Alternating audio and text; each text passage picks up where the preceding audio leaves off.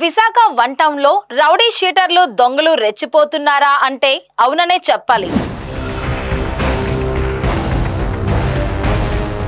నిత్యం ఏదో ఒక అలజడి రేగుతున్నా ఇంటెలిజెన్సీ వర్గాలు నిద్రపోవడం వల్లనే ఇక్కడ గ్యాంగ్ వార్స్ కూడా జరుగుతున్నాయని ప్రజలు ఆందోళన చెందుతున్నారు.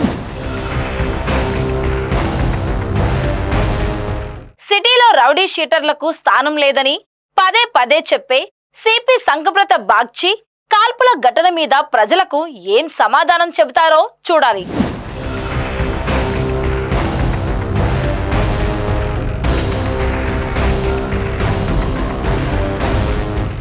విశాఖలోని హార్బర్ వన్ టౌన్ పోలీస్ స్టేషన్ల పరిధిలో అల్లరి మూకలు పేట్రేగిపోతున్నా నిఘా వర్గాలు ఏమి చేస్తున్నాయని ప్రజలు ప్రశ్నిస్తున్నారు. పోర్టు పరిసర ప్రాంతాల్లో బొగ్గు మాఫియా రెచ్చిపోవడం తెలిసిందే. బొగ్గు దొంగలు సంఘ విద్రోహులుగా మారుతున్నారు. వీరికి స్థానిక పోలీసుల సపోర్టు ఉండటంతో ఇష్టానుసారంగా వ్యవహరిస్తున్నారని ఆరోపణలు వినిపిస్తున్నాయి. తాజాగా వన్ టౌన్ చిలకపేట వద్ద తుపాకీ కాల్పులు కలకలం రేపిందనే చెప్పాలి. ఈ ఘటనలో బాధితుడు రాజేష్ ప్రాణాపాయ స్థితిలో కేజీహెచ్ లో చికిత్స పొందుతున్నాడు. ఈ ఘటనను సీరియస్ గా తీసుకున్న సిపి తక్షణమే విచారణ చేపట్టి నిందితులను పట్టుకోవాలని ఆదేశాలు జారీ చేయడం తెలిసిందే. వన్ టౌన్ సిఐ జీడీ బాబు ఆధ్వర్యంలో నిందితులను అదుపులోకి తీసుకుని కేసు దర్యాప్తు చేస్తున్నారు.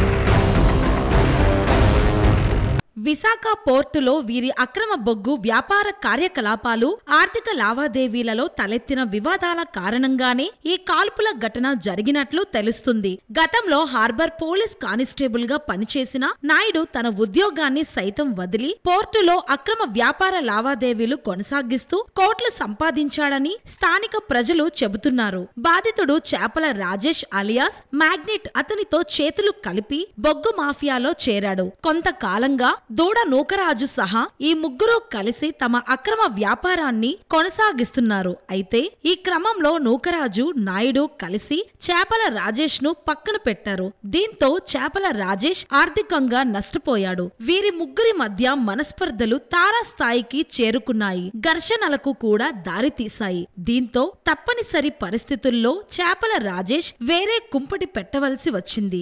వాసుపల్లి నరేష్ రాజేష్ టీంలో పనిచేస్తున్నాడు.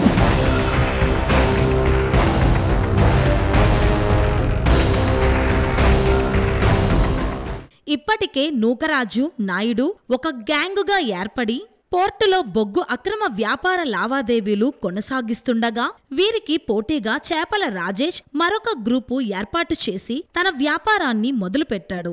దీంతో ఈ రెండు గ్రూపుల మధ్య తరచుగా గొడవలు జరుగుతూ ఉండేవి. కొన్ని సంవత్సరాలుగా అక్రమ బొగ్గు తరలింపులోనూ ఆర్థిక లావాదేవీలపై రెండు గ్రూపులు తరచుగా ఘర్షణలు పడుతున్నాయి. తమ వ్యాపారానికి పోటీగా వచ్చి ఆదాయానికి గండి కొడుతున్న చేపల రాజేష్ ను మట్టుబెట్టాలని నూకరాజు నాయుడు నిర్ణయం తీసుకున్నారు. ఈ క్రమంలోనే కాల్పుల ఘటన జరిగింది. ఈ ఘటన జరిగిన సమీపంలో సీసీటీవీ ఫుటేజీ, సాంకేతిక డేటా వంటి మరిన్ని ధృవీకరించే ఆధారాలను సేకరించడానికి పోలీసులు ప్రయత్నాలు మొదలుపెట్టారు. ఈ గ్యాంగ్ వార్ కి పోలీసులు చెక్ పెడతారో లేదో చూడాల్సిందే.